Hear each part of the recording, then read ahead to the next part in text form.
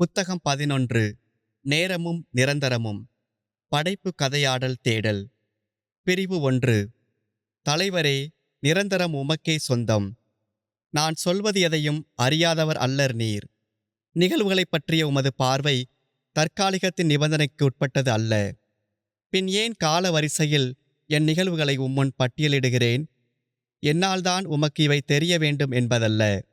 ஆனால் இப்படிச் செய்வதன் வழியாக நான் என்னிலும் இதை வாசிப்போர் அனைவரின் உள்ளங்களிலும் உமக்கான அன்பை பற்ற வைத்து, ஆண்டவர் மாட்சிமிக்கவர், பெரிதும் போற்றத்தக்கவர் என எல்லா நாவுகளும் அறிக்கையிட விளைகிறேன். நான் ஏற்கனவே சொன்ன இதை மீண்டும் அழுத்திச் சொல்கிறேன். உம் அன்பின் மேல் நான் கொண்ட அன்பிற்காகவே என் கதையை சொல்கிறேன். நாங்கள் மன்றாடுகிறோம், ஆனால் நீங்கள் கேட்கும் முன்னரே உங்கள் தேவையை உங்கள் தந்தை அறிந்திருக்கிறார் என்று உண்மை சொல்கிறது. நீர் என்னில் தொடங்கிய மீட்புச் செயலை நிறைவு செய்யுமாறு எனது துயர் நிலையை உம் இரக்கப் பெருக்கத்தின் முன் என் உணர்வுகளை திறந்து வெளிப்படுத்துகிறேன். இதனால் எனது பரிதாப நிலையிலிருந்து விடுபட்டு உம்மில் மகிழ்ச்சியை காண்பேனாக. ஏழையரின் உள்ளம் கொண்டிருக்க, துயருற, கனிவு கொள்ள, நீதி நிலைநாட்டும் வேட்கை கொள்ள, இரக்கம் காட்ட, தூய்மையான உள்ளம் கொண்டிருக்க, அமைதி ஏற்படுத்த நீர் எங்களை அழைத்துள்ளீர். என் தலைவராகிய கடவுளே, எனது முழு திறனோடும் விருப்பத்தோடும் நான் உம்மிடம் உள்ளம் திறந்த இந்த நெடுங்கதை நீர் ஒப்புகை செய்யுமாறு என்னிடம் தூண்டி எழுப்பிய உம் திருவுளத்திற்கான பதிலிருப்பாக இருக்கிறது. ஏனெனில் நீர் நல்லவர், என்றென்றும் உள்ளது உம் பேரன்பு. பிரிவு 2. நீர் உமது இறைவார்த்தையை அறிவிப்பவராகவும் உம் மக்களுக்கான அருளடையாளங்களின் பணியாளராகவும் என்னை ஏற்படுத்திய, உமது அறிவுரைகளையும் கடிந்துரைகளையும் ஆறுதல்களையும் வழிமுறைகளையும் என் எழுதுகோலாகிய நாவால் நான் எப்போது அறிக்கையிடுவேன்? நான் இவற்றையெல்லாம் காலக்கோர்வையில் வரிசையாக விவரிக்கவில்லை என்றாலும் அதன் மணித்துளிகள் மிகவும் மதிப்புக்குரியவை. நீண்ட காலமாக உமது திருச்சட்டத்தை தியானிக்கும் ஆர்வத்தால் நான் பற்றி எறிகிறேன். அவற்றில் நான் அறிந்தவற்றையும் என் ஆற்றலுக்கு அப்பாற்பட்டவற்றையும் உம்முன் அறிக்கையிட விரும்புகிறேன். அவற்றை பற்றிய முதல் அறிவை நீர் என்னில் ஒளிரச் செய்தீர். இருளிலிருந்து மற்றவற்றை என் புரிதல் வழங்கியது. எனது வலுவின்மை உமது வல்லமையால் விழுங்கப்படும் வரை நான் அறிக்கையிடுவேன். எனது உடல் புதுப்பித்தல், அறிவுசார் வேலை, மக்களுக்கு செய்ய வேண்டிய கடமைகள், நானாக தன்னார்வத்தோடு மக்களுக்கு செய்யும் பணிகள் ஆகிய அவசியங்களை முடித்துவிட்டு எஞ்சியிருக்கும் நேரத்தை வேறெதிலும் செலவழிக்க நான் தயங்குகிறேன். என் தலைவராகிய கடவுளே, என் மன்றாட்டை கேட்டருளும். எனது நலனுக்காக அல்லாமல் எனது சகோதரர்கள் மேல் கொண்ட அன்பினால் எழும் எனது ஏக்கத்தை உம் இரக்கம் தணிப்பதாக. எளியவனும் வறியவனுமான நான் எனது எண்ணத்தாலும் நாவாலும் பணி செய்வதை உமக்கு பழியாக படைப்பேனாக.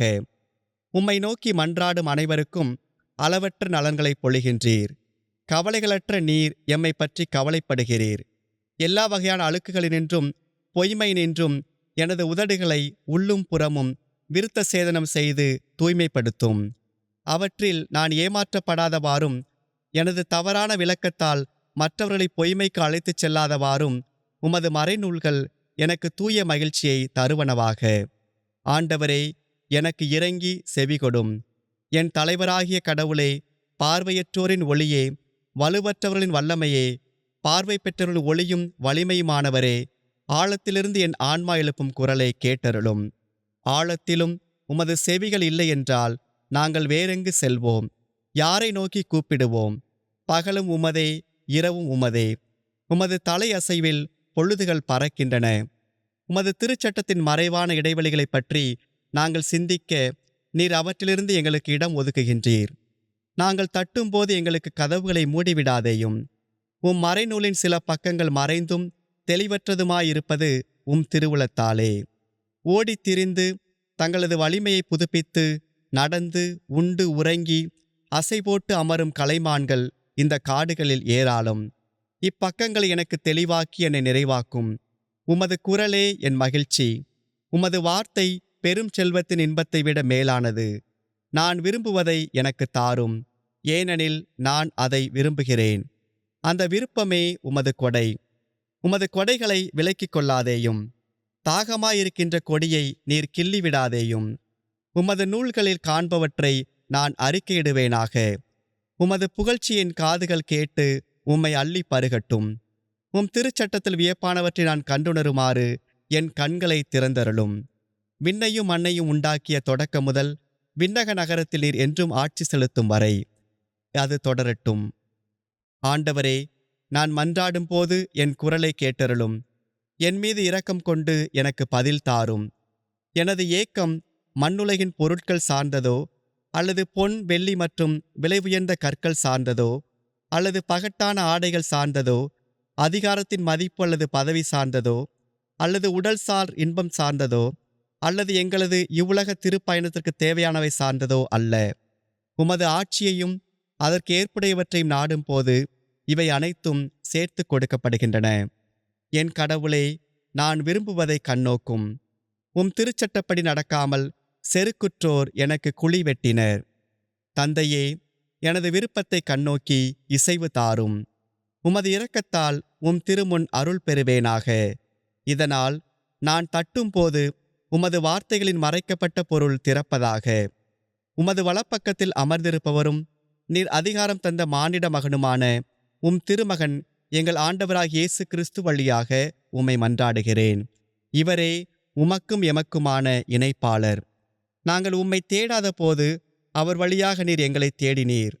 நாங்கள் உம்மையும் அனைத்தையும் என்னையும் உருவாக்கிய உம் வார்த்தையையும் எங்களை மீட்டு உம் பிள்ளைகளாக்கிய உம் திருமகனையும் நாங்கள் தேடுமாறு நீர் எங்களை தேடினீர்.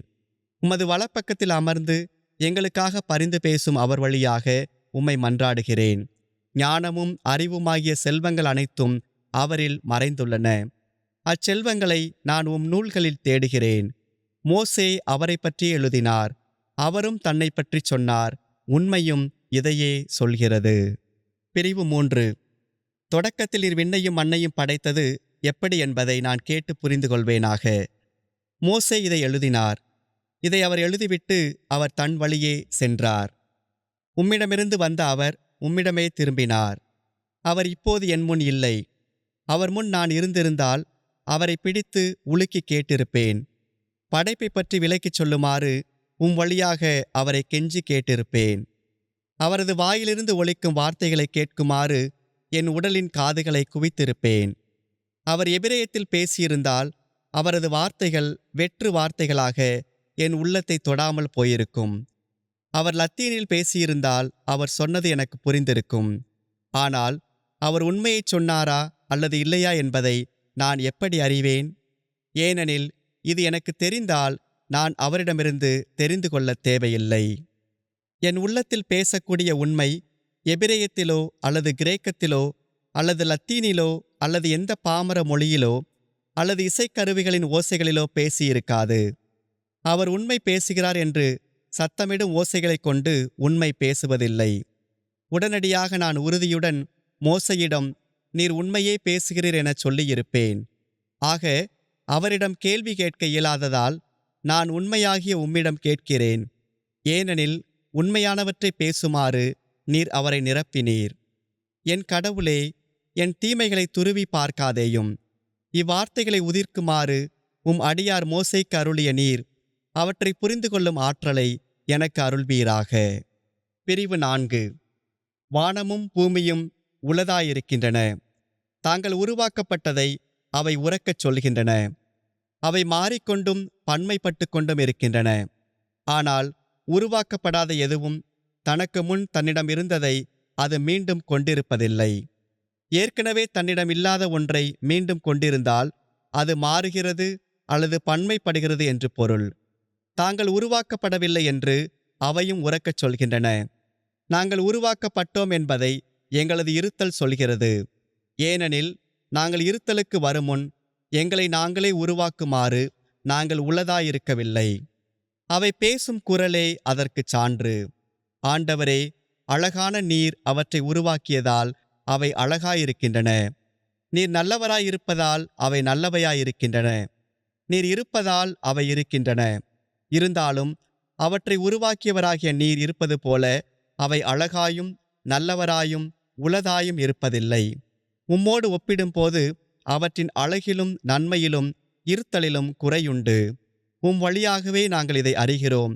ஆனால் உம் அறிவோடு ஒப்பிடுகையில் எங்களது அறிவும் அறியாமையே. பிரிவு 5. விண்ணையும் மண்ணையும் நீர் எவ்வாறு உண்டாக்கினீர்? இவ்வளவு பெரிய வேலையைச் செய்ய நீர் பயன்படுத்திய இயந்திரம் எது? தனது விருப்பத்திற்கு ஏற்றாற்போல ஒரு பருப்பொருளிலிருந்து இன்னொரு பொருளை உருவாக்கும் கைவினைஞர் அல்லர் நீர். அப்படிச் செய்பவர் தனது உள்ளத்தின் உந்துதலின்படி செய்கின்றார். அவரது உள்ளம் எதை பார்க்கிறதோ அவரது கை அதைச் செய்து முடிக்கிறது. ஏற்கனவே உள்ளதாயிருக்கின்ற மண், கல், மரம், பொன் அல்லது அது போன்ற ஏதாவது ஒன்றின் மேல் அவர் ஓர் உருவத்தை பதிக்கின்றார். ஆனால் நீர் படைத்திராவிட்டால் எங்கிருந்து வந்திருக்கும் இவை? நீர் கைவினைஞரை உருவாக்கினீர். அவரது உடலை உருவாக்கினீர். அவரது மனத்தை உருவாக்கினீர்.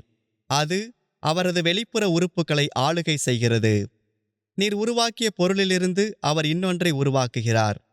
அவரது திறனை உருவாக்கியவர் நீர். அதன் வழியாகவே அவர் அக்கலையை கற்று தான் வெளிப்புறத்தில் செய்வதை உள்புறத்தில் காண்கிறார்.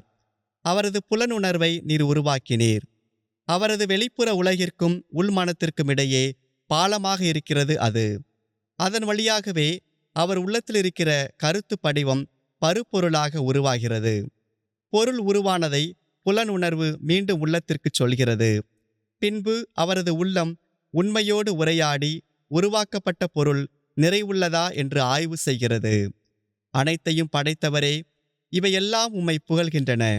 ஆனால் நீர் இவற்றை எப்படி உருவாக்குகிறீர்? கடவுளே, வானத்தையும் பூமியையும் நீர் உருவாக்கியவை என்று சொல்லும்போது அவற்றை நீர் வானத்திலோ அல்லது பூமியிலோ உருவாக்கினீர் என்று அல்ல, காற்றிலோ அல்லது தண்ணீரிலோ அல்ல. ஏனெனில் இவை வானத்திற்கும் பூமிக்கும் சொந்தமானவை. பிரபஞ்சத்தை நீர் பிரபஞ்சம் என்ற கட்டமைப்புக்குள் உருவாக்கவில்லை. அவை இருத்தலுக்கு வருமுன் எங்கும் உளதாயில்லை. வானத்தையும் பூமியையும் உருவாக்க நீர் எந்த கருவியையும் பயன்படுத்தவில்லை. ஒன்றை உருவாக்குவதற்காக நீர் உருவாக்காத ஒன்றை எப்படி கருவியாக நீர் பயன்படுத்த முடியும்?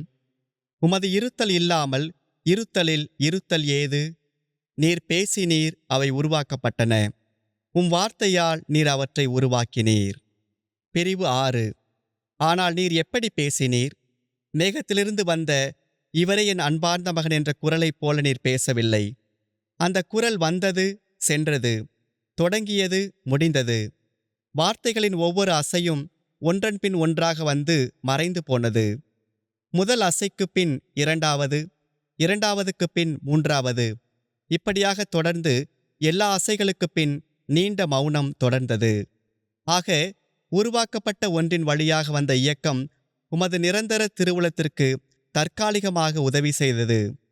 தற்காலிக தொடர் வரிசையில் உருவாக்கப்பட்ட உம் வார்த்தைகள் வெளிப்புற காதுகள் வழியாக உள்புற மனதிற்குள் நுழைந்தன. அந்த மனத்தின் அகச்செவி உமது நிலையான வார்த்தையை கேட்க தயாராக இருந்தால் அது உள்ளே நுழையும். நேரத்திற்குள் ஒலிக்கும் இவ்வார்த்தைகளை மௌனத்தில் ஒலிக்கும் உமது நிரந்தர வார்த்தையோடு அந்த மனம் ஒப்பிட்டு, இது மிகவும் வித்தியாசமாக இருக்கிறது, வித்தியாசம் நிறைய இருக்கிறது, இவ்வொலிகள் எனக்கு கீழானவை, இவற்றுக்கு இருத்தல் இல்லை, ஏனெனில் இவை நிலையற்றதும் மறையக்கூடியதுமாயிருக்கின்றன. ஆனால் என் கடவுளின் வார்த்தை எனக்கு மேலானது, அது என்றென்றும் நிலைத்திருக்கும் என்று சொல்லும்.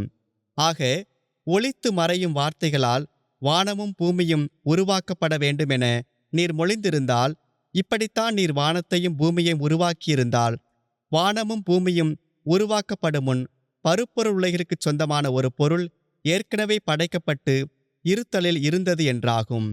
மேலும் அப்பேச்சு மொழியப்படுவதற்கு நேரம் எடுத்ததால் அது நேர மாற்றத்திற்கு உட்பட்டதாகிவிடும். இருந்தாலும் வானத்திற்கும் பூமிக்கும் முன் எந்த பருப்பொருளும் இருத்தலில் இல்லை. அல்லது ஒருவேளை அப்படி ஏதாவது இருந்திருந்தால் கடந்து போகும் சொல்லை பயன்படுத்தாமல் நீர் அதை உருவாக்கியிருப்பீர். பின் அதையே ஆதாரமாக வைத்து கடந்து போகும் சொல்லை பயன்படுத்தி வானமும் பூமியும் உருவாகுமாறு உச்சரித்திருப்பீர். அந்த உச்சரிப்புக்கு ஆதாரமாக பயன்படுத்தப்பட்டது எதுவாயினும் நீர் படைத்தாலன்றி அவற்றுக்கு இருத்தல் இல்லை. ஆகவே இவ்வுச்சரிப்புகளுக்கு ஆதாரமாக இருந்த பருப்பொருளை எம்மாதிரியான சொல்லை பயன்படுத்தி உருவாக்கினீர்? பிரிவு 7.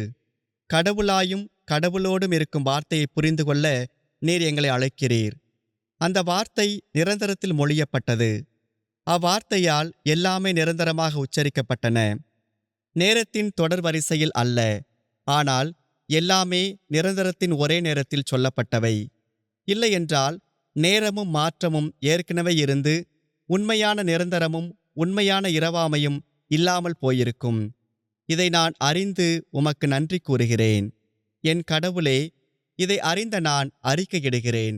தலைவரே, உறுதி செய்யப்பட்ட உண்மையை அறிந்து நன்றி சொல்பவர்கள் என்னோடு இணைந்து உம்மை வாழ்த்துகிறார்கள். இது எமக்கு தெரியும் ஆண்டவரே, எமக்கு தெரியும். ஏற்கனவே இருந்து இப்போது இல்லாததும், ஏற்கனவே இல்லாமல் இப்போது இருப்பதும், இறந்து மீண்டும் இருத்தலுக்கு வருகிறது. உமது வார்த்தையின் எந்த அசையும் அடுத்ததற்கு இடம் கொடுப்பதில்லை. ஏனெனில் அது இரவாதது, நிரந்தரமானது. ஆகவே உம்மோடு உடனிருக்கும் வார்த்தையானவர் வழியாக நீர் சொல்லும் அனைத்தையும் ஒரே நேரத்திலும் நிரந்தரத்திலும் சொல்கிறீர். இருத்தல் பெற வேண்டுமென நீர் சொல்லும் அனைத்தும் இருத்தலுக்கு வருகின்றன. உச்சரிப்பாலன்றி நீர் அதன் இருத்தலை உருவாக்குவதில்லை. இருந்தாலும் நீர் உமது உச்சரிப்பால் உருவாக்கிய அனைத்தும் ஒரே நேரத்திலும் நிரந்தரத்திலும் உருவாக்கப்படவில்லை. பிரிவு 8. ஆண்டவராகிய என் கடவுளே, தயை கூர்ந்து எனக்குச் சொல்லும். ஏன், ஓரளவு நான் பார்க்கிறேன், ஆனால் இதை எப்படிச் சொல்வது என்று தெரியவில்லை. இப்படிச் சொல்லலாமா? இருக்கத் தொடங்குவதும் இருத்தலை முடித்துக் கொள்வதும் அந்த நேரத்தில் தொடங்குகின்றது, முடிகின்றது. இதை அறிவது நிரந்தர அறிவு. அந்த அறிவில் எதுவும் தொடங்குவதில்லை, எதுவும் முடிவதில்லை. அந்த அறிவே உம் வார்த்தை. அதுவே தொடக்கம். அதுவே எங்களிடம் பேசுகிறது. நற்செய்தியில் வார்த்தை மனித உருவில் பேசுகிறது. இவரின் பேச்சு புறச்செவிகளில் விழுகிறது. இதனால் இது நம்பப்படுகிறது. இதை ஒருவர் நிலையான உண்மையில் கண்டறியலாம். அங்கே தலைவராயிருக்கும் ஒரே நல்லவர் தனது சீடர்களுக்கு கற்றுக் கொடுக்கிறார்.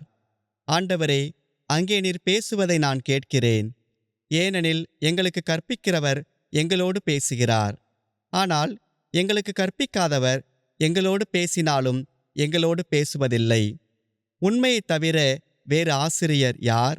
மாறக்கூடிய படைப்புப் பொருள் ஒன்று எங்களுக்கு கற்பித்தாலும் அவரின் அருகில் நின்று அவருக்கு செவிசாய்க்காமல் உண்மைக்கு ஒருவர் இட்டுச் செல்லப்படுவதில்லை. அப்போது நாங்கள் மணமகனின் அருகில் நின்று அவர் சொல்வதைக் கேட்டு பெருமகிழ்ச்சி அடைந்து அந்த ஊற்றிடம் எங்களையே கையளிப்போம். அந்த ஊற்றிலிருந்தே நாங்கள் உயிர் வாழ்கிறோம். அவர் தொடக்கமாக இருக்கிறார். அவர் நிலையாயில்லை என்றால் நாங்கள் திரும்புவதற்கான நிலையான புள்ளி இருக்க முடியாது. நாங்கள் தவற்றிலிருந்து திரும்பும் போது எங்களது அறிதலாலேயே திரும்புகிறோம். நாங்கள் அறியும்படியாக அவர் எங்களுக்கு கற்பிக்கிறார். அவரே தொடக்கம். அவர் எங்களோடு பேசுகிறார். பிரிவு 9. இந்த தொடக்கத்திலேயே கடவுளே, நீர் வானத்தையும் பூமியையும் படைத்தீர். இவரே உம் வார்த்தை, இவரே உம் மகன், இவரே உம் ஆற்றல், உம் ஞானம், உம் உண்மை. இவர் வியத்தகு முறையில் பேசியதையும் வியத்தகு முறையில் செயல்பட்டதையும் யாரே புரிந்து கொள்வர்? இதை யார் வார்த்தையில் விவரிப்பர்? எனது இதயத்தின் குறுக்கே பாய்ந்தாலும் என் இதயத்தை காயப்படுத்தாத ஒளி எது? இது என்னை அச்சத்தாலும் சுடர்விடும் அன்பாலும் நிரப்புகிறது. அச்சத்தால், ஏனெனில் நான் அதிலிருந்து வேறுபட்டிருக்கிறேன். அன்பால், ஏனெனில் நான் அதை ஒத்திருக்கிறேன். ஞானமே, ஞானமே என்னை ஊடுருவி பாயும் ஒளி. எனது தண்டனைகளின் சுமையால் நான் இருளில் விழும்போது மேகத்தின் ஊடே வந்து என்னை தழுவிக்கொள்ளும் ஒளி இதுவே. என் துயரத்தால் என் வலிமை குறைந்து போவதால் என்னால் நன்மையில் நிலைத்திருக்க முடியவில்லை. ஆண்டவரே, நீர் என்மேல் இரக்கம் கொண்டு என் நோய்களை குணமாக்குகின்றீர். அழிவிலிருந்து என் வாழ்வை மீட்டு என்னை இரக்கத்தாலும் பரிவாலும் முடிசூட்டுகின்றீர். நன்மையானவற்றால் என் ஏக்கத்தை தணிக்கின்றீர். எனது இளமையை கழுகின் இளமை போல புதுப்பிக்கின்றீர். ஏனெனில் நம்பிக்கையால் நாங்கள் மீட்கப்படுகிறோம். உமது வாக்குறுதிகளுக்காக பொறுமையோடு காத்திருக்கிறோம். தன் உள்ளத்தில் நீர் பேசுவதை கேட்கும் எவரும் அதற்கு செவிசாய்ப்பாராக. உமது இறைவாக்குகளால் புத்துயிர் பெற்ற நான் உம்மை புகழ்ந்து பாடுவேன். ஆண்டவரே, உம் வேலைப்பாடுகள் எத்தனை எத்தனை! நீர் அனைத்தையும் ஞானத்தோடு செய்து முடித்தீர். ஞானமே தொடக்கம். அந்த தொடக்கத்திலேயே நீர் விண்ணையும் மண்ணையும் படைத்தீர். பிரிவு 10. பழம்பெரும் பிழைகளால் நிறைந்தோர் இப்படி கேட்கின்றனர். விண்ணையும் மண்ணையும் படைக்கும் முன் கடவுள் என்ன செய்து கொண்டிருந்தார்? ஒன்றும் செய்யாமல் இருந்தால் படைப்புக்கு முன் வேலை எதுவும் செய்யாமல் இருந்தது போல அப்படியே இருந்திருக்கலாமே. இதுவரை இல்லாத படைப்பை கடவுள் உருவாக்குகிறார் என்றால், அவரில் புதிய சிந்தனை உதிக்கிறது என்றால், அல்லது அவரது உள்ளத்தில் ஏதோ மாற்றம் உருவாகிறது என்றால், அவர் எப்படி நிரந்தரமாக இருக்க முடியும்? ஏனெனில் இதற்கு முன் இல்லாத விருப்பம் இப்போது அவரில் உருவாகியிருக்கிறது அல்லவா? கடவுளின் விருப்பம் என்பது அவரது படைப்பல்ல. படைத்தவரின் விருப்பம் முன்னே செல்லாமல் படைப்புச் செயல் நடைபெற முடியாது. ஆக கடவுளின் விருப்பம் அவரது கடவுள் தன்மை சார்ந்தது. கடவுள் தன்மையில் முன்னில்லாத ஒன்று பின்னால் வந்துள்ளது என்றால் அவர் நிரந்தரம் அல்லர். ஆனால் ஒழுங்குபடுத்தப்பட்ட படைப்பின் இருத்தல் கடவுளின் நிரந்தர விருப்பம் என்றால் படைப்பும் நிரந்தரமல்லவா? பிரிவு 11. கடவுளின் ஞானமே, உள்ளங்களை ஒளிர்விக்கும் ஒளியே, இதைச் சொல்லும் மானிடர் உம்மை புரிந்து கொள்வதில்லை. உம் வழியாகவும் உம்மிலும் அன்றி வந்தவை எவையும் வரவில்லை என்பதை அவர்கள் புரிந்து கொள்ளவில்லை. தற்காலிகத்தில் ஒட்டிக்கொண்டிருக்கும் அவர்கள் நிரந்தரத்தை சுவைக்க விரும்புகிறார்கள். இது வீணே. நேரத்தின் ஒற்றை துளியில் நிலையான நிரந்தரத்தின் மேன்மையைக் காண இதயத்தை ஒரு நொடி நிறுத்தி நிலைப்படுத்த யாரால் இயலும்? அப்போது அது நிரந்தரத்தை தற்காலிகத்தின் தொடர்ச்சியோடு ஒப்பிட்டு பார்த்து இந்த ஒப்பீடு சாத்தியமன்று என்று அறியும். நீண்ட நேரம் என்பது நீண்ட நேரமாயிருக்க காரணம் அங்கிருக்கும் இயக்கங்களின் தொடர்ச்சி என்றும், இயக்கங்கள் ஒரே புள்ளியில் ஒரே நேரத்தில் நீட்டப்பட முடியாது என்றும் அறியும். நிரந்தரத்தில் எதுவும் தற்காலிகமானது அல்ல, ஆனால் முழுமையும் நிகழ்காலத்தில் இருக்கிறது. ஆனால் எந்த நேரமும் நிகழ்காலத்தில் இருப்பதில்லை. இறந்த காலம் நிகழ்காலத்தால் பின்னுக்கு தள்ளப்படுகிறது. நிகழ்காலம் இறந்த காலத்தை பிடித்துக்கொண்டே பின்னால் வருகிறது. நிகழ்காலத்தை மையமாக வைத்தே இறந்த காலம் மற்றும் எதிர்காலத்தின் ஓட்டம் இருக்கிறது. நிரந்தரத்தை காணுமாறு எதிர்காலமும் இறந்த காலமும் இல்லாத நிரந்தரத்தை காணுமாறு மனித இதயத்தை பிடித்து யார் நிறுத்துவார்? இதை என் கையால் செய்ய முடியுமா? எனது வாய் தனது வெறும் வார்த்தைகளால் இதைச் செய்ய முடியுமா? பிரிவு 12. விண்ணையும் மண்ணையும் உருவாக்கும் முன் கடவுள் என்ன செய்து கொண்டிருந்தார் என்று என்னை பார்த்து கேட்பவர்களுக்கு நான் தரும் விடை இதுதான். நகைச்சுவைக்காக ஒருவர் சொன்ன விடை போன்றது அன்று இது. அவர் சொன்னார், இந்த மாதிரி கேள்விகள் கேட்டு ஆழத்தின் பொருள் காண விரும்புபவர்களுக்கு நரகத்தை தயார் செய்து கொண்டிருந்தார். ஒரு பக்கம் நகைச்சுவையாக இருந்தாலும் இந்த விடை மேற்கண்ட பிரச்சனையை தீர்ப்பதில்லை என்பதால் இதை நான் நிராகரிக்கிறேன். ஏனெனில் அவர் இப்படி விடை சொல்லி அடுத்தவரை கேலி செய்வதற்கு பதிலாக எனக்கு தெரியாது என்றோ, எனக்கு தெரியாதவை பற்றிய அறியாமை எனக்கு உண்டு என்றோ சொல்லியிருக்கலாம். ஏனெனில் இந்த கேள்வி ஆழமானது. அடுத்தவரை கேலி செய்து அடுத்தவரின் அங்கீகாரத்தை பெறும் தருணம் அல்ல இது.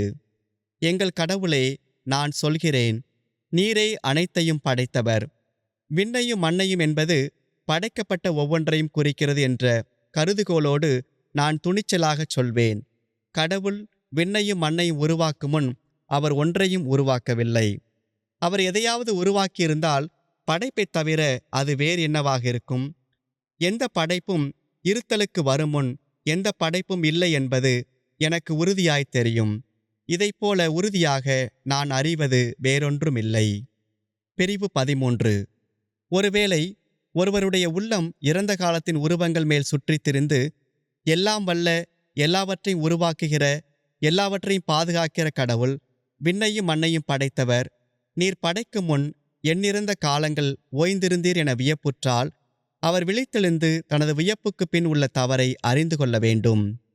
நீர் உருவாக்கினாலன்றி எண்ணிறந்த காலங்கள் எப்படி உருவாகும்? காலங்களை தொடங்குபவரும் படைப்பவரும் நீரே. உம்மால் உருவாக்கப்படாத நேரங்கள் எவை? இருத்தல் இல்லாமல் அவை எப்படி கடந்து போக முடியும்? ஆக நீரே நேரங்களை உருவாக்குபவர் என்றால், விண்ணையும் மண்ணையும் படைக்கும் முன் நேரம் இருந்தது என்றால், நீர் வேலையிலிருந்து ஓய்ந்திருந்தீர் என யார் சொல்ல முடியும்? நேரத்தையே உருவாக்கியவர் நீரன்றோ? நீர் நேரத்தை உருவாக்கும் முன் நேரம் எப்படி மீள முடியும்? ஆனால் விண்ணுக்கும் மண்ணுக்கும் முன் நேரம் இல்லை என்றால் அப்போது நீர் என்ன செய்து கொண்டிருந்தீர் என மக்கள் கேட்பதேன்? நேரமே இல்லாத போது அப்போது எப்படி இருக்க முடியும்? நீர் நேரத்தின் வழியே நேரத்தை முந்துவதில்லை. இல்லையெனில் எல்லா நேரத்தையும் நீர் முந்த மாட்டீர். எப்போதும் நிகழ்காலத்தில் இருக்கும் நிரந்தரத்தின் அழகில் கடந்தவற்றுக்கு முந்தியவராகவும் வருபவற்றை தாண்டுபவராகவும் இருக்கின்றீர். ஏனெனில் அவை இன்னும் வரவேண்டும். அப்படி வந்தால் அவை கடக்க வேண்டும். நீரோ மாறாதவர், உமது காலமும் முடிவற்றது. உமது ஆண்டுகள் போவதுமில்லை வருவதுமில்லை. எங்களுடையவை வருகின்றன போகின்றன. அப்போதுதான் ஒன்று மற்றொன்றின் தொடர்ச்சியாக இருக்க முடியும். உமது எல்லா ஆண்டுகளும் ஒரே நேரத்தில் அடங்கியிருக்கின்றன. ஏனெனில் அவை மாறுவதில்லை. போகின்றவற்றை வருபவை தள்ளுவதில்லை. எங்களது ஆண்டுகள் இல்லாமல் ஆகும் வரை எங்களது ஆண்டுகள் இப்படித்தான் இருக்கும். உமது ஆண்டுகள் ஒரு நாள். உமது நாள் என்பது ஏதாவது ஒரு நாளா அல்லது ஒவ்வொரு நாளோ அல்ல, ஆனால் இன்று. ஏனெனில் உமது இன்று நாளைக்கு வழிவிடுவதில்லை, நேற்றையும் பின்தொடர்வதில்லை. உமது இன்று நிரந்தரம். ஆகையால் நீர் பெற்றெடுத்து உம்மோடு நிரந்தரத்தில் பங்கேற்பவரிடம், இன்று நான் உம்மை பெற்றெடுத்தேன் என்றீர். நீரே எல்லா காலங்களையும் படைத்தீர். நீர் எல்லா காலங்களுக்கு முன்பே இருக்கின்றீர். நேரம் இல்லாத நேரம் என்று எதுவும் இல்லை. பிரிவு 14. ஒன்றையும் உருவாக்காத போது நேரம் என்பது அங்கு இல்லை. ஏனெனில் நேரத்தையே நீர்தான் உருவாக்கினீர். நீர் நிலையானவர் என்பதால் நேரங்கள் உம்மோடு நிரந்தரத்தில் இருப்பதில்லை. அவை நிரந்தரமாக இருந்தால் நேரங்கள் இல்லாமல் ஆகிவிடும். நேரம் என்றால் என்ன? இதை யார் எளிதாகவும் சுருக்கமாக விளக்க முடியும்? இதை உள்ளத்தில் உள்வாங்கி வார்த்தைகளால் யார் சொல்ல முடியும்? நமது அன்றாட உரையாடல்களில் நேரத்தைத் தவிர வேறு என்ன பேசுகிறோம்? நேரத்தை பற்றி பேசும்போது நேரம் என்றால் என்ன என்பது நமக்கு தெரிகிறது. மற்றவர்கள் இதை பற்றி பேசும்போதும் நேரம் என்றால் என்ன என்பது நமக்கு தெரியும். அப்படியென்றால் நேரம் என்றால் என்ன? யாரும் கேட்காத வரை நான் அறிவேன். யாருக்காவது இதை விளக்க வேண்டுமென்றால் நான் அறியேன். நான் இதை உறுதியாகச் சொல்ல முடியும். ஒன்றும் கடக்காத வரை இறந்த காலம் இல்லை.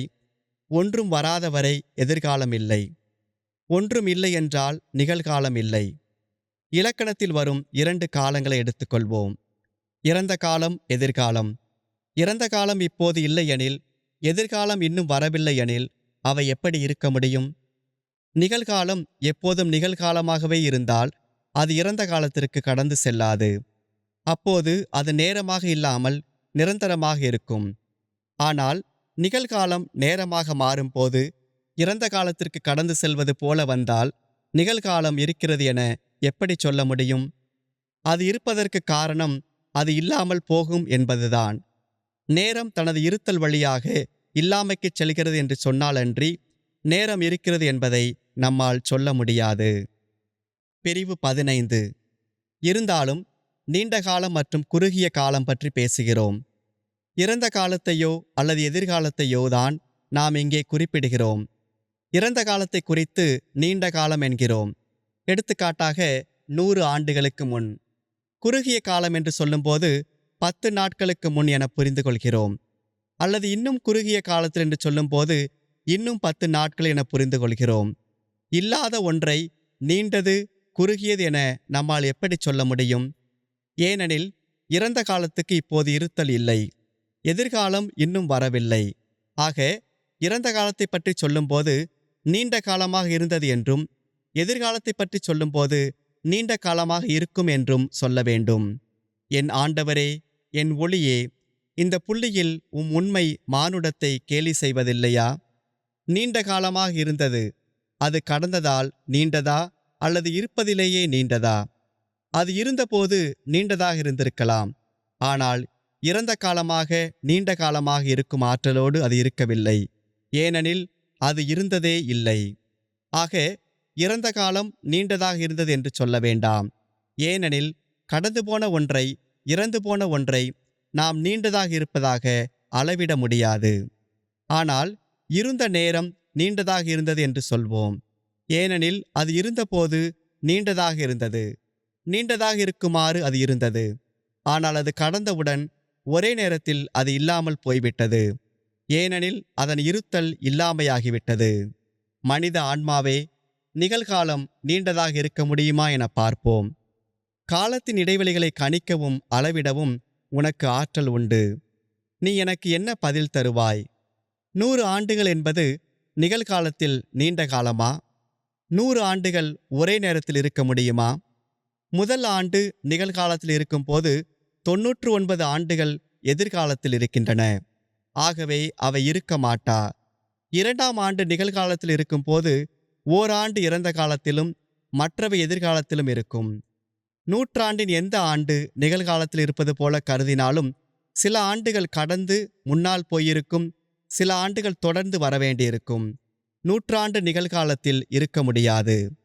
அப்படியென்றால் நடப்பில் இருக்கும் ஓராண்டு நிகழ்காலத்தில் இருக்க முடியுமா? இந்த ஆண்டில் ஒரு மாதம் நடப்பில் இருக்கிறது என்றால் மற்றவை எதிர்காலத்தில் இருக்கின்றன. 2வது மாதம் நடப்பில் இருந்தால் முதல் மாதம் கடந்துவிட்டது. மற்ற மாதங்கள் இல்லவே இல்லை. ஆக நடப்பு ஆண்டு கூட முழுவதுமாக நிகழ்காலத்தில் இருப்பதில்லை. முழுவதுமாக நிகழ்காலத்தில் அது இல்லை என்றால் ஓராண்டு முழுவதும் நிகழ்காலத்தில் இருக்கிறது என நாம் சொல்ல முடியாது. ஓராண்டு என்பது 12 மாதங்கள். அவற்றுள் நடப்பு மாதம் நிகழ்காலத்தில் இருக்கிறது. மற்றவை இறந்த காலம் அல்லது எதிர்காலத்தில் இருக்கின்றன. மேலும் நடப்பு மாதம் முழுவதும் நிகழ்காலத்தில் இருப்பதில்லை. ஒரு நாள்தான் இருக்கிறது. முதல் நாள் நடப்பில் இருந்தால் மற்ற நாட்கள் எதிர்காலத்தில் இருக்கின்றன. இறுதி நாள் நடப்பில் இருந்தால் மற்றவை இறந்த காலத்தில் இருக்கின்றன. எந்த இடைப்பட்ட நடப்பு நாளும் இறந்த காலத்திற்கும் எதிர்காலத்திற்கும் நடுவே உள்ளது. ஆக நீண்டது என நாம் அழைக்கும் நிகழ்காலம் ஒரு நாள் என்ற சிறிய இடத்திற்குள் அடைபட முடியும். அதையும் நாம் ஆராய்வோம். ஒரு நாள் என்பதும் முழுமையாக நிகழ்காலத்தில் இருப்பதில்லை. பகல் மற்றும் இரவின் மணி நேரங்கள் 24.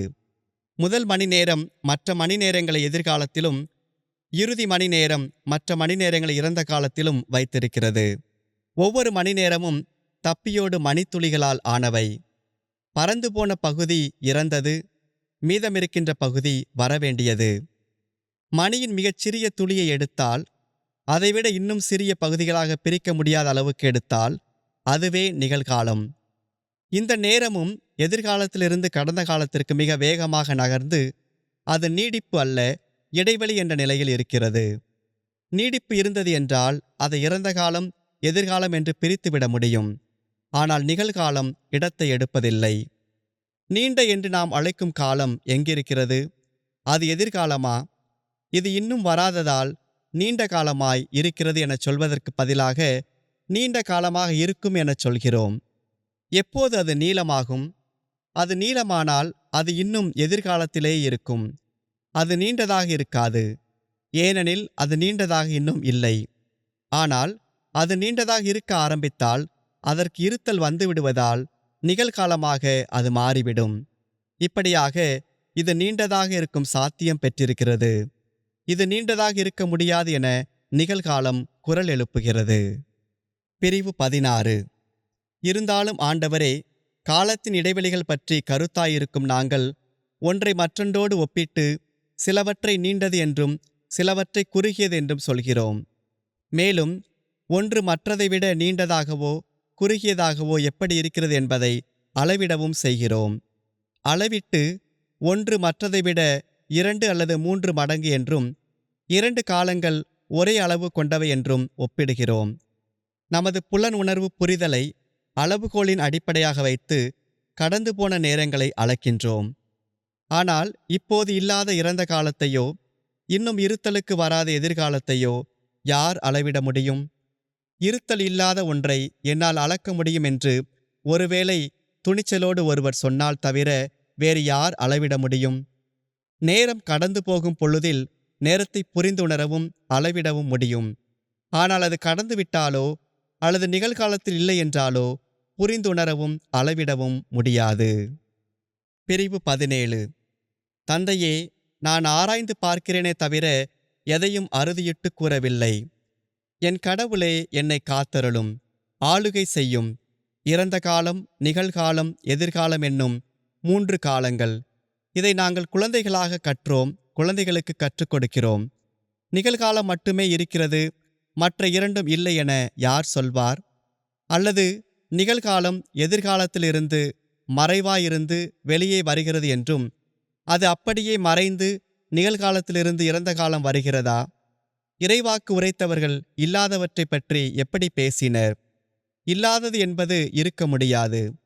கடந்த கால வரலாற்று கதையாடல்களை சொல்பவர்கள் தங்களது உள்ளத்தின் உணர்வால் அவற்றை அறிந்தாலன்றி அப்படிச் சொல்ல மாட்டார்கள். கடந்த காலம் இல்லை என்றால் அதை அப்படி தேர்ந்து அறியவே முடியாது. ஆக எதிர்கால நிகழ்வுகளும் கடந்த கால நிகழ்வுகளும் இருக்கின்றன. பிரிவு 18.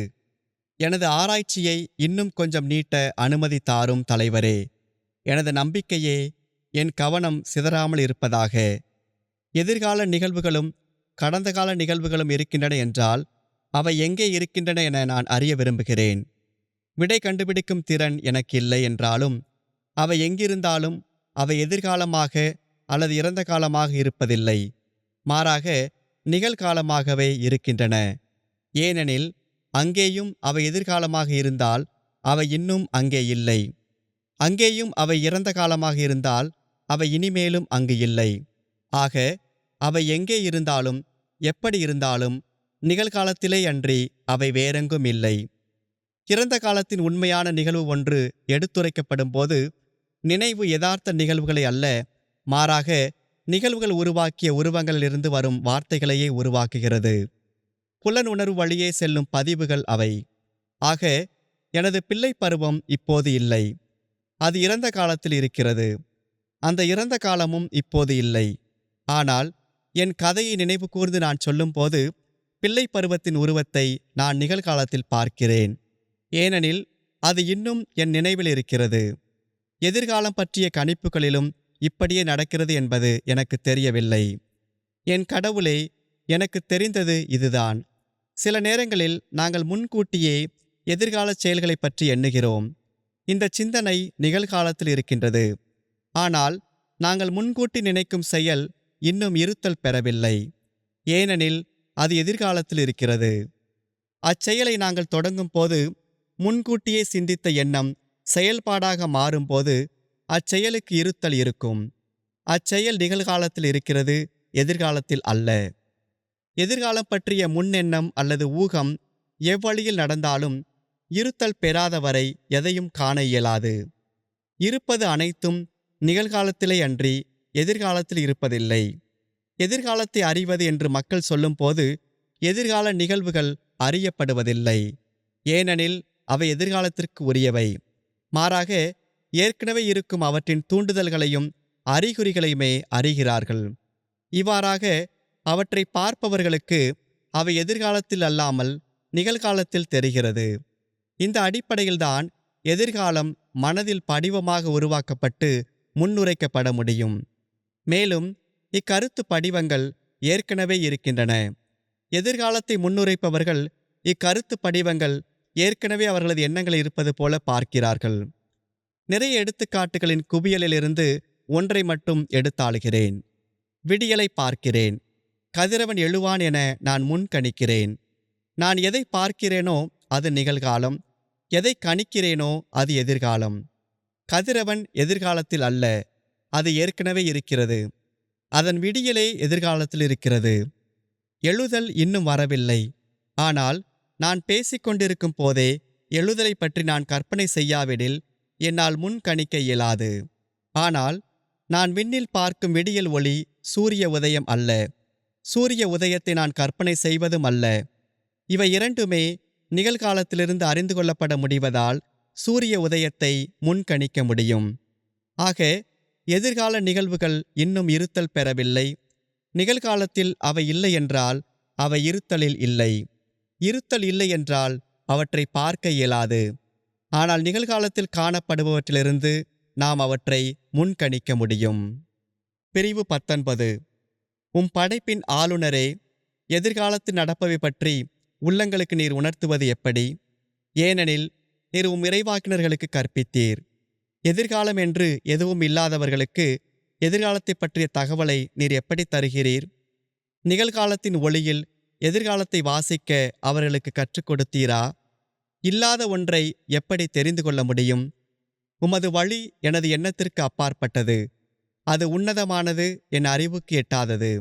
ஆனால் என் கண்களால் கண்டுகொள்ள முடியாத இனிமையான ஒளியே, நீர் எனக்கு அருளினால் அது என் அறிவுக்கு எட்டும்.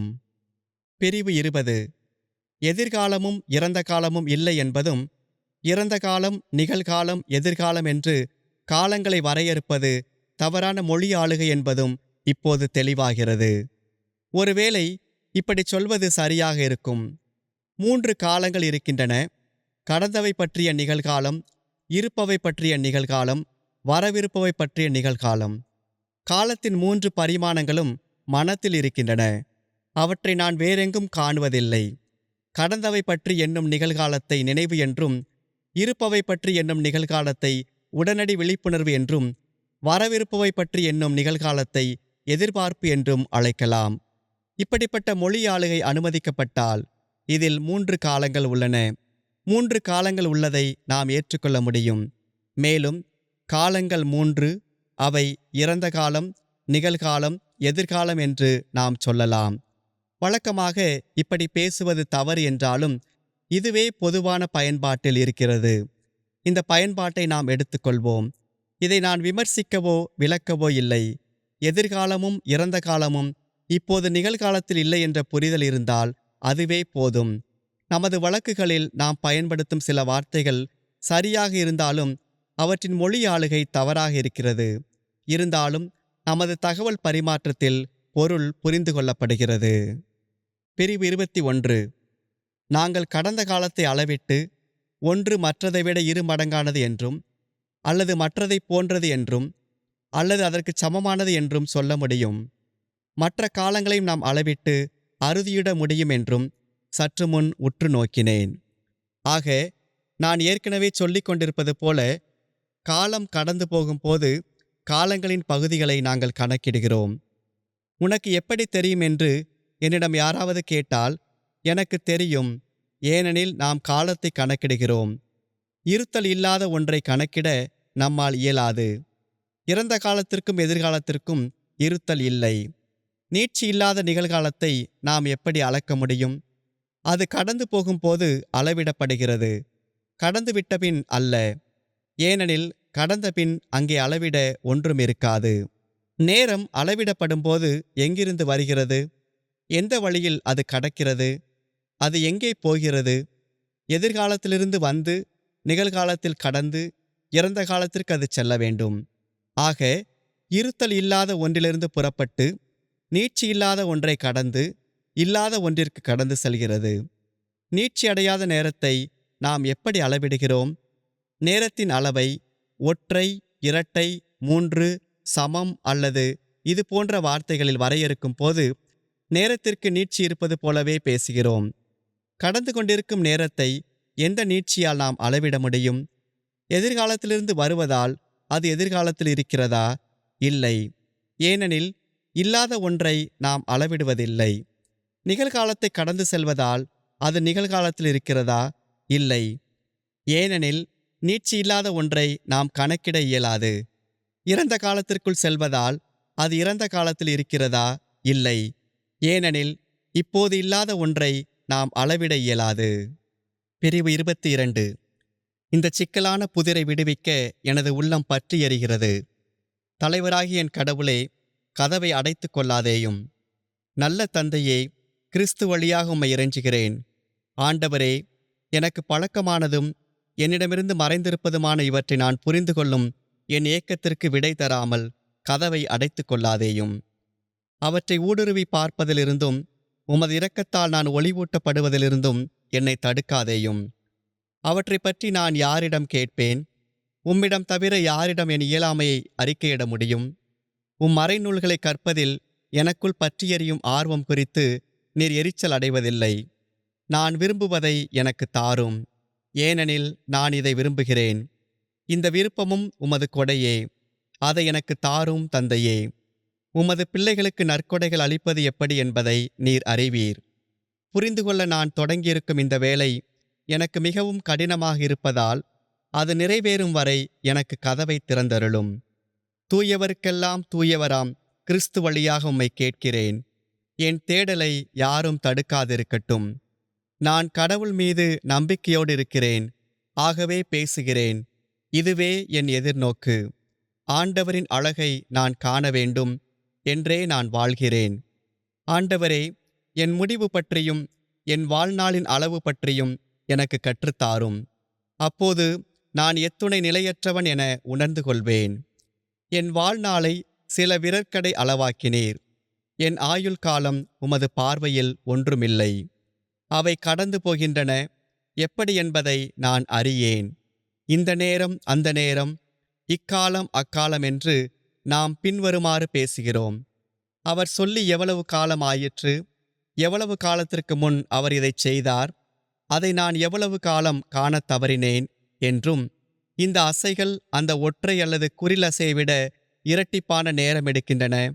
நாம் இப்படி பேசுகிறோம், மக்கள் பேசுவதை கேட்கிறோம், நாம் புரிந்து கொள்ளப்படுகிறோம், புரிந்து கொள்கிறோம். ஆனால் அவை மங்கலாய் உள்ளன. இதற்கு தீர்வு காண்பது புதிது. பிரிவு 23. கற்றவர் ஒருவர், கதிரவன், நிலா மற்றும் விண்மீன்களின் நகர்வுகள் நேரத்தை உருவாக்குகின்றன என சொல்ல கேட்டிருக்கிறேன். ஆனால் இதை என்னால் ஏற்றுக்கொள்ள முடியவில்லை. அப்படியென்றால் பொருட்களின் நகர்வுகளும் ஏன் நேரத்தை உருவாக்க முடியாது? வான்கோள்கள் எல்லாம் நின்றுவிட ஒரு குயவனின் சக்கரம் மட்டும் சுற்றி கொண்டே இருக்கிறது என்றால், அவற்றின் திருகுச் சுழற்சிகளை அளவிடும் நேரம் இல்லாமல் போய் அவற்றின் சுழற்சிகள் சமமானவை என்று நம்மால் சொல்ல முடியுமா? அல்லது ஒரு நேரம் அது மெதுவாகவும் இன்னொரு நேரம் விரைவாகவும் நகர சில சுழற்சிகள் நீண்ட நேரமும் மற்றவை குறுகிய நேரம் எடுத்தன என்று சொல்ல முடியுமா? இவ்வார்த்தைகளை நாம் சொல்லும் போதும் நம் வார்த்தைகளை பயன்படுத்துவதில்லையா? நமது வார்த்தைகளில் சில அசைகள் நீண்டதாகவும் சில குறுகியதாகவும் இருக்க, முன்னதை உச்சரிக்க நீண்ட நேரமும் பின்னதை உச்சரிக்க குறுகிய நேரமும் ஆகிறது.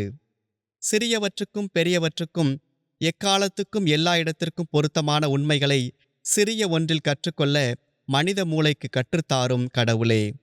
பகலையும் இரவையும் வேறு வேறாக பிரிப்பதற்கும் காலங்கள், நாட்கள், ஆண்டுகள் ஆகியவற்றை குறிக்க விண்மீன்களும் வான்கோள்களும் இருக்கின்றன. ஆனால் மரத்தாலான அச்சக்கரம் ஒரு முறை சுற்றுவதை நாள் என்று நான் சொல்வதில்லை. அச்சக்கரத்தின் சுழற்சி நேரத்தின் பகுதி அல்ல என்பதை கற்ற அந்த நண்பர் உறுதியுடன் சொல்லவில்லை. காலத்தின் ஆற்றலையும் இயல்பையும் நான் புரிந்து கொள்ள விரும்புகிறேன்.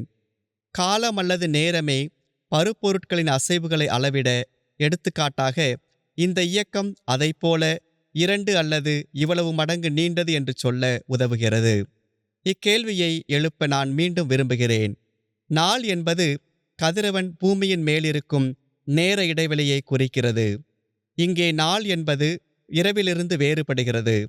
அதே வேளையில் கிழக்கிலிருந்து மேற்கு வரை சூரியன் சுழலும் ஒரு சுழற்சியை குறிக்கவும் நாள் என்னும் சொல் பயன்படுத்தப்படுகிறது. இதை வைத்தே நாம் இவ்வளவு நாட்கள் கடந்துள்ளன என்கிறோம். இங்கே இவ்வளவு நாட்கள் என்பது இரவுகளையும் உள்ளடக்குகின்றன. இரவு பொழுதுகள் தனியாக கணக்கிடப்படுவதில்லை. ஆக முழுமையான நாள் என்பது கதிரவன் கிழக்கிலிருந்து மேற்கு வரை சென்று முடிக்கும் சுழற்சியையும் இயக்கத்தையும் குறிக்கிறது. அப்படியென்றால் கதிரவனின் சுழற்சிதான் நேரத்தை உருவாக்குகிறதா? அல்லது சுழற்சி நடைபெறும் கால இடைவெளி நேரத்தை உருவாக்குகிறதா? அல்லது இரண்டுமா? முதலாவது எடுத்துக்காட்டில் கதிரவன் தனது ஓட்டத்தை 1 மணி நேரத்தில் முடித்து கொண்டாலும் அது நாளாக இருக்கும். இரண்டாவது எடுத்துக்காட்டில் ஒரு சூரிய உதயத்திற்கும் மறு உதயத்திற்கும் இடையே 1 மணி நேரம் என்னும் குறுகிய பொழுதே கடந்திருக்க 24 மணி நேரங்கள் கொண்ட ஒரு நாளை கதிரவன் நிறைவு செய்தால்தான் அது நாளாக இருக்கும். மூன்றாவது நிலையில் நாள் என்பது சுழற்சியும் அதற்கான நேரமும் என எடுத்துக்கொண்டால், சூரியன் தனது முழு சுழற்சியை 1 மணி நேரத்தில் முடித்தாலோ அல்லது சூரியன் நகர மறுக்க கடந்து போன நேரம் 24 மணி நேரங்கள் என்றாலோ அதை நாள் என கணக்கிட முடியாது. இப்போது நாங்கள் நாள் என அழைப்பது எது என்று நான் கேட்கவில்லை. ஆனால் சூரியனின் சுழற்சியையும் இது நிகழ 12 மணி நேரங்கள் ஆனது என நாங்கள் சொல்வதையும், சூரியன் வழக்கமான நேரத்தை விட பாதி நேரத்தில் தனது சுழற்சியை முடித்து கொண்டது என்று சொல்வதையும் கணக்கிடும் நேரத்தின் இயல்பை பற்றியே நான் கேட்கிறேன். சூரியன் தன் சுழற்சிக்காக ஒரு நேரம் எடுத்தாலும் 2 நேரம் எடுத்தாலும் நாங்கள் ஒப்பீடு செய்து ஒரு இடைவெளி தனித்தது என்றும் மற்றது இரட்டிப்பானது என்று ஒப்பீடு செய்யும் நேரம் என்ன என்பதையே கேட்கிறேன். நேரம் என்றால் வான்கோள்களின் இயக்கங்கள் என்று யாரும் என்னிடம் சொல்ல வேண்டாம். ஒருவரின் மன்றாட்டால் கதிரவன் நிலையாக நின்றது. போர் வெற்றியில் முடிந்தது. கதிரவன் நின்றது, ஆனால் நேரம் நகர்ந்தது. எவ்வளவு நேரம் தேவையோ அவ்வளவு நேரம் எடுக்கப்பட்டு அந்த போர் வெற்றியோடு முடிவுக்கு வந்தது. ஆக நேரம் என்பதை ஒரு வகை நீட்சியாக நான் பார்க்கிறேன். ஆனால் அதை உண்மையிலேயே பார்க்கிறேனா, அல்லது பார்ப்பது போல கற்பனை செய்கிறேனா? உண்மையும் ஒளியுமான நீர் இதை எனக்கு காட்டுவீராக. பிரிவு 24. யாராவது ஒருவர் நேரம் என்பது பருப்பொருள் ஒன்றின் இயக்கம் என்று சொன்னால் அதை நான் ஏற்றுக்கொள்ள வேண்டும் என கூறுகிறீரா? இல்லை. ஏனெனில் நேரத்தில் அன்றி எந்த பருப்பொருளும் இயங்காது என நான் கற்கிறேன். நீர் அப்படிச் சொல்கிறீர். ஆனால் பருப்பொருளின் இயக்கம் நேரத்தை உருவாக்குகிறது என நான் கற்கவில்லை. நீர் அப்படிச் சொல்வதில்லை. ஏனெனில் ஒரு பருப்பொருள் நகரும் போது அதன் இயக்கத்தின் காலத்தை, அதாவது தொடங்கி முடியும் வரை, நான் நேரத்தைக் கொண்டே அளவிடுகிறேன். அது தொடங்கிய காலம் முதல் நான் அதை கூர்ந்து நோக்காவிடில், நான் கூர்ந்து நோக்க முடியாதவாறு அதன் இயக்கம் தொடர்ச்சியாக இருந்தால் அதை என்னால் அளவிட முடியாது. தொடக்க முதல் எனது கூர்ந்து நோக்குதல் முடியும் வரை உள்ள காலத்தை வேண்டுமானால் அளவிடலாம். எனது கூர்ந்து நோக்குதல் குறிப்பிட்ட நேரம் நீண்டால் நீண்ட நேரம் கடந்துள்ளது என்று சொல்ல முடியுமே தவிர எவ்வளவு நேரம் என்று என்னால் சொல்ல முடியாது. எவ்வளவு என்று சொல்லும்போது நாம் ஒப்பீடு செய்கிறோம். எடுத்துக்காட்டாக, இந்த காலப்பகுதி அந்த காலப்பகுதியைப் போல நீண்டது, அல்லது இந்த காலப்பொழுது அந்த காலப்பொழுதை விட 2 மடங்கானது, அல்லது ஏதோ இது போன்ற ஏதோ ஒரு தொடர்பு பற்றி பேசுகிறோம்.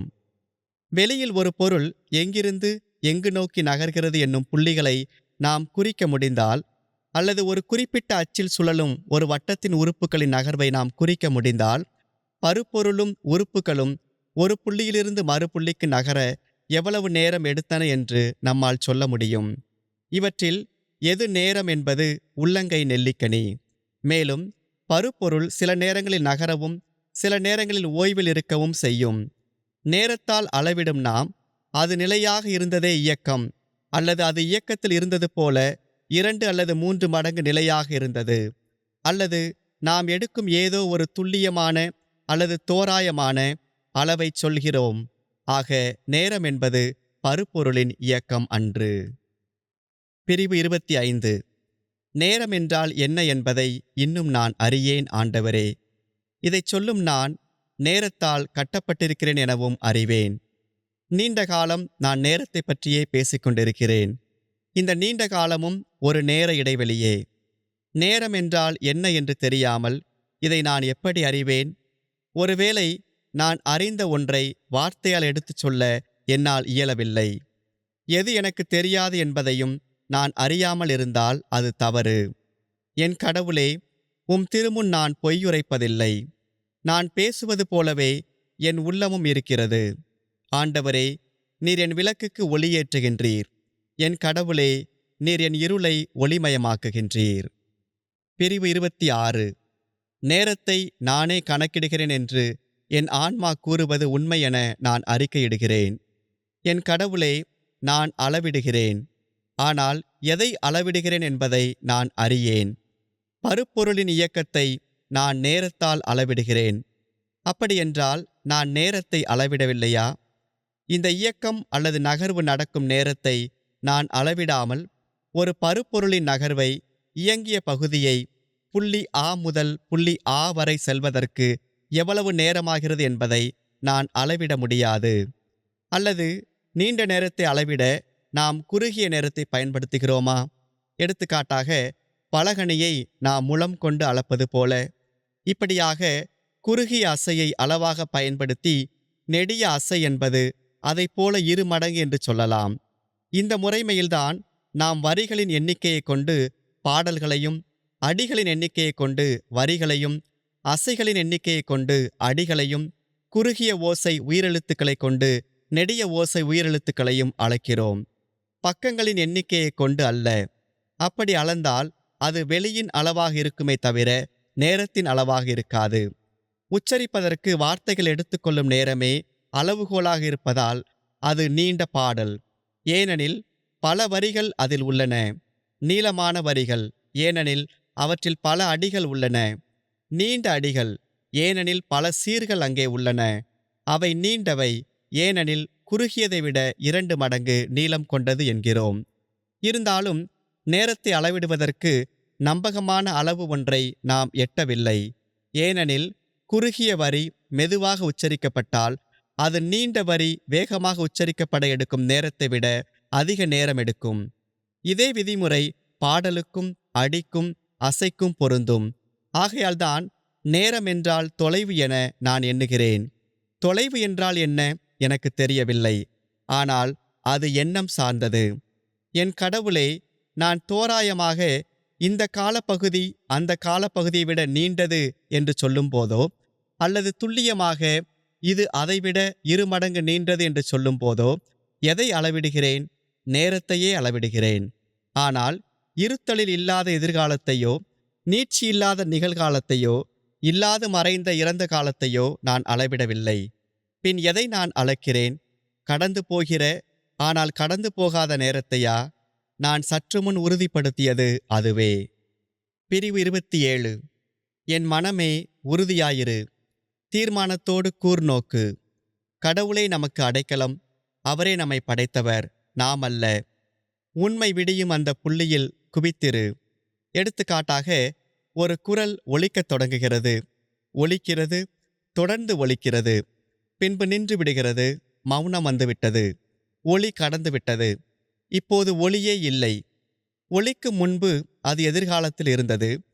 அது அளவிடப்பட முடியாது, ஏனெனில் அது இல்லை. இப்போது அது அளவிடப்பட முடியாது, ஏனெனில் அது மறைந்துவிட்டது. ஒலித்து கொண்டிருக்கும் போது அதை அளவிடுவது சாத்தியம், ஏனெனில் அளவிடுமாறு அது இருந்தது. இருந்தாலும் அது தற்காலிகமானதே. அது வந்தது, சென்றது. வந்ததும் சென்றதும் அளவிடும் சாத்தியத்தை கூட்டியதா? கடந்து போகும் அந்த நிகழ்வில் அது குறிப்பிட்ட காலத்தின் வெளிவழியாகச் சென்றது. நிகழ்காலம் எந்த நேரத்தையும் எடுத்துக்கொள்ளாததால் அதை அளவிட முடியும். ஆக கடந்து போகும் அந்த நிகழ்வில் அதை அளவிட முடியும். ஆனால் எடுத்துக்காட்டாக இன்னொரு குரலை எடுத்துக்கொள்வோம். அது ஒலிக்கத் தொடங்குகிறது, ஆனால் எந்த ஒரு குறுக்கீடும் இல்லாமல் அது தொடர்ந்து ஒலித்து கொண்டே இருக்கிறது. அது ஒலித்து கொண்டிருக்கும் போது இப்போது நாம் அதை அளவிடுகிறோம். அது ஒலிப்பது நின்றுவிட்டால் அது கடந்ததாகி அளவிடுவது சாத்தியமில்லாமல் போய்விடும். அந்த நிலையில் அது எவ்வளவு நேரம் ஒலித்திருக்கிறது என்பதை நாம் அளவிட முடியும். ஆனால் அது தொடர்ந்து ஒலித்து கொண்டே இருந்தால் அது ஒலிக்கத் தொடங்கி ஒலி மறையும் வரை உள்ள அளவை தவிர வேறு எதையும் அளவிட முடியாது.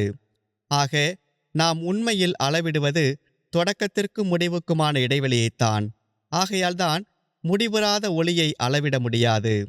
அது எவ்வளவு நீண்டது அல்லது குறுகியது என்பதை எவராலும் சொல்ல முடியாது. அது இன்னொரு நேரத்திற்கு சமமானது என்றோ, அல்லது மற்றொன்றின் 1, 2 அல்லது 3 விகிதங்களை ஒத்தது என்றோ சொல்ல முடியாது. ஆனால் அது முடிவுக்கு வரும்போது அது ஏற்கனவே முடிந்து போயிருக்கும். எந்த முறையில் அதை அளவிட முடியும்? இருந்தாலும் காலப்பகுதிகளை நாம் அளவிடவே செய்கிறோம். நாம் அளவிடும் நேரங்கள் இல்லாதவையோ, கடந்து போனவையோ, இடைவெளியில் நீட்சியானவையோ, முடிவுறாதவையோ அல்ல.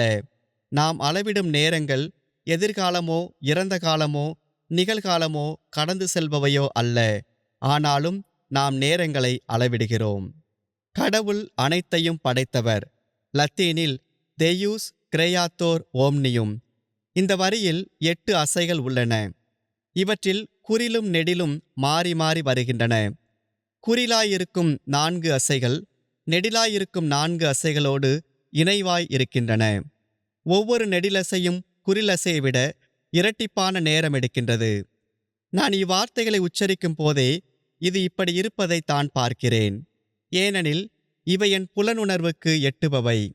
எனது புலனுணர்வு தெளிவாக இருக்கும் வரை நான் நெடிலசையை குறிலசையால் அளந்து அது குறிலசையை விட இரட்டிப்பான நேரம் எடுக்கிறது என்று சொல்ல முடியும்.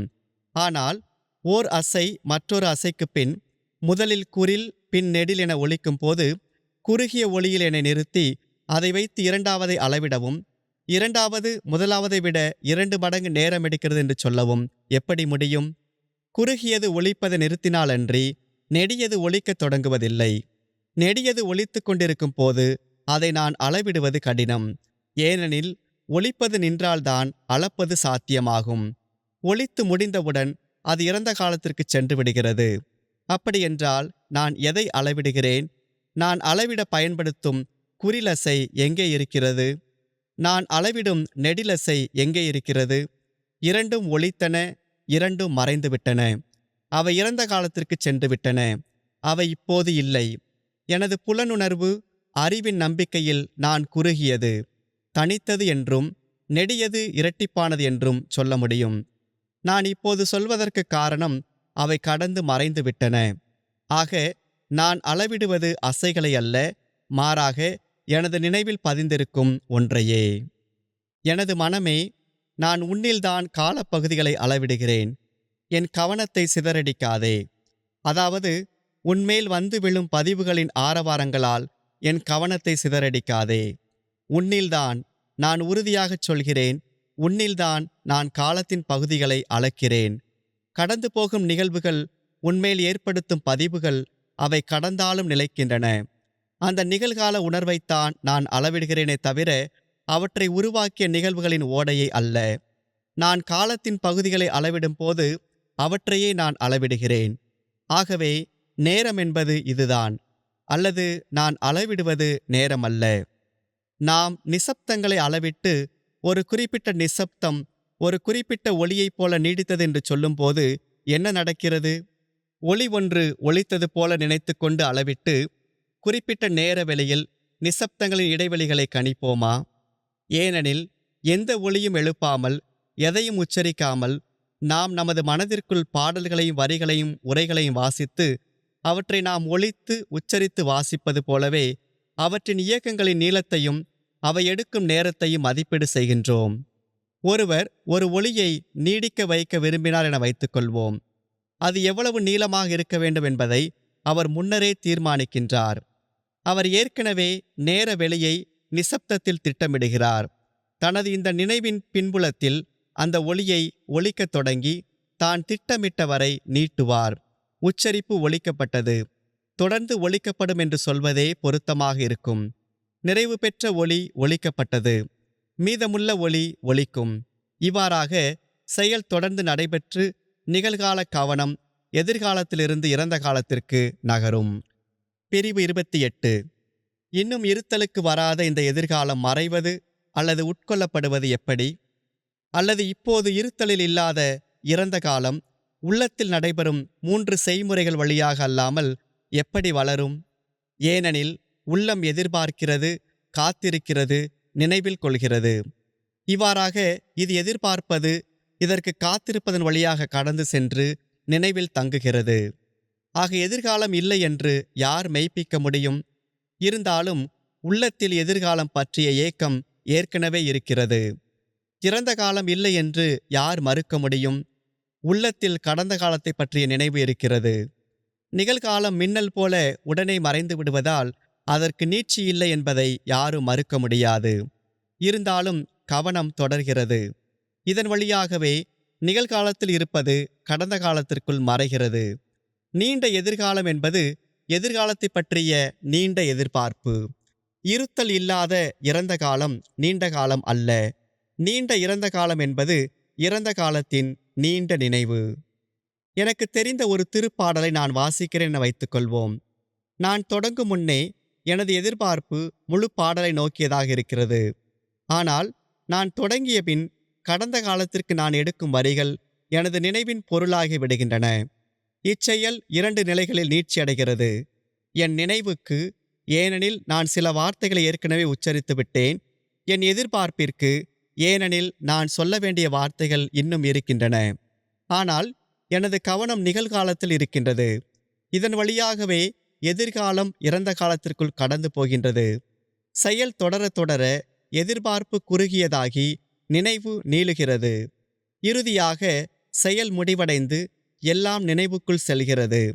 ஒட்டுமொத்த திருப்பாடலுக்கு நிகழ்வது அதன் சிறிய பகுதிகளுக்கும் தனித்தனி அசைகளுக்கும் நிகழ்கிறது. திருப்பாடலை ஒரு பகுதியாக கொண்ட இதைவிட நீண்ட செயலிலும் இப்படியேதான் நிகழும்.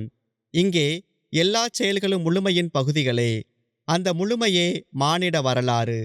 இங்கே எல்லா மனித உயிர்களும் வெறும் பகுதிகளே. பிரிவு 29. உமது பேரன்பு உயிரினும் மேலாக இருப்பதால் எனது வாழ்க்கை பல திசைகளில் நீளும் தொலைவு என்பதை நீர் அறிந்தருளும். என் ஆண்டவரில் உம் வலக்கரம் என்னை தாங்கியது. அவரே மானிட மகன்.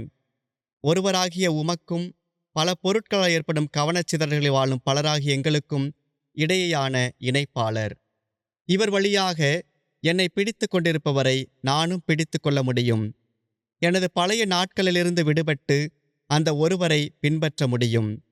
கடந்ததை மறந்து தற்காலிகமான எதிர்காலத்தை அல்லாமல் என் கண்முன் இருப்பவற்றை நோக்கி நகர்ந்து கவனச்சிதறல்களால் நீட்சியடையாமல், ஆனால் கைகளுக்கு எட்டுகின்ற தூரத்தில் இங்கும் அங்கும் இழுபடாமல் கவனக்குவிப்போடு அவரை பற்றி கொள்ள முடியும்.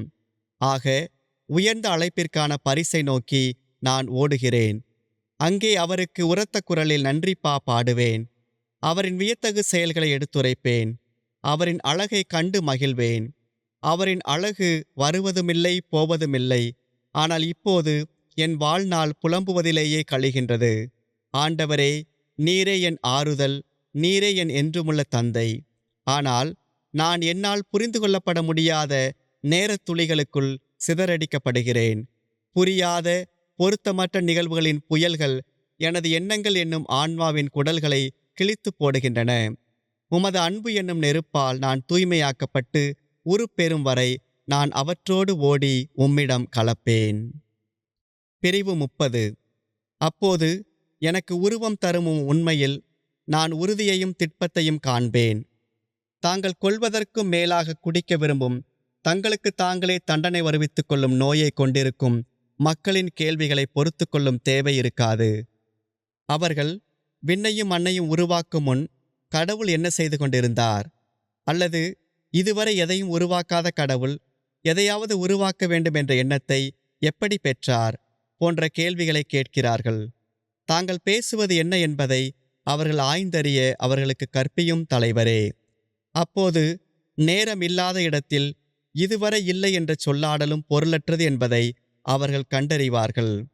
கடவுள் எதையும் உருவாக்கவில்லை என்பதன் பொருள் அவர் உருவாக்கிய போது நேரம் இல்லை என்பதே. படைப்பு இன்றி நேரம் இல்லை என்பதை அவர்கள் கண்டு வீணானவற்றை பேசுவதை நிறுத்துவார்களாக. கண்முன் இருப்பவை அனைத்தையும் பார்த்து அவர்களும் நீட்சி பெற்று எல்லா நேரங்களுக்கும் முன்பே நீரே எல்லா நேரத்தின் நிரந்தரமான படைத்தவர் என்பதை அவர்கள் புரிந்து கொள்வார்களாக. எந்த நேரமோ படைப்பு பொருளோ நேரத்தையும் கடந்த படைப்பு வரிசை இருந்தாலும் எதுவும் உம்மோடு நிலைத்திருப்பதில்லை. பிரிவு 31. தலைவராகிய என் கடவுளே, உம் மறைபொருள் எத்துணை ஆழமானது. எனது பாவங்களின் விளைவுகளால் நான் அதிலிருந்து தூரமாக தூக்கி எறியப்பட்டேன். எனது கண்களை குணமாக்கும். அப்போது நான் உம் ஒளியால் மகிழ்வேன். நான் ஒரு திருப்பாடலை அறிவது போல கடந்தவை வரவிருப்பவை என அனைத்தையும் பரந்த அளவிலும் முன்கூட்டியும் அறியும் உள்ளம் இருந்தால் அந்த உள்ளம் வியப்புக்குரியதாக இருக்கும். அந்த உள்ளத்திலிருந்து இறந்த காலமும் எதிர்காலமும் மறைந்து போகாது. நான் பாடும் அத்திருப்பாடலை பற்றிய அறிவை பெற்றிருப்பது போல அது பெற்றிருக்கும். தொடக்கத்திலிருந்து எவ்வளவு வரிகள் கடந்திருக்கின்றன என்பதும் இன்னும் எவ்வளவு வரிகள் வர இருக்கின்றன என்பதும் எனக்கு மனப்பாடமாக தெரியும். பிரபஞ்சத்தையும் உயிர்களையும் உடல்களையும் படைத்தவரே, உமது அறிதல் இப்படிப்பட்டது அன்று. இன்னும் வியத்தகு மற்றும் மறைவான வழியில் நீர் அனைத்தையும் அறிகிறீர். தனக்கு தெரிந்த பாடலை பாடிக்கொண்டோ அல்லது கேட்டுக்கொண்டோ இருக்கும் ஒருவர் தொலைவினாலும் உணர்வு நீட்சியாலும் துன்புறுகிறார். ஆனால் உமக்கு அப்படி இல்லை. என்றும் மாறாத நிலையில் நீர் நிலைத்திருக்கிறீர். உள்ளங்களை படைத்த நிரந்தர படைப்பாளி நீர். உமது அறிவில் எந்த ஒரு மாற்றமும் இல்லாமல் தொடக்கத்திலேயே நீர் விண்ணையும் மண்ணையும் அறிந்தது போல இறந்த காலத்திற்கும் எதிர்காலத்திற்கும் நீட்டாமல் தொடக்கத்திலேயே நீர் விண்ணையும் மண்ணையும் உருவாக்கினீர். இதை புரிந்து கொள்பவர் உம்மிடம் ஒப்புகை செய்யட்டும். இதை புரிந்து கொள்ள தவறுபவரும் அவ்வாறே செய்யட்டும். உயர்ந்தவரும் உன்னதரும் காலம் கடந்து வாழ்பவரும் தூயவர் என்ற பெயரை கொண்டவரும் நீர். தடுக்கி விழும் யாவரையும் நீர் தாங்குகின்றீர். தாழ்த்தப்பட்டோரை உயர்த்துகின்றீர். சிகரமாகிய உம்மை நோக்கி நீர் உயர்த்தும் யாவரும் கீழே விழுவதில்லை.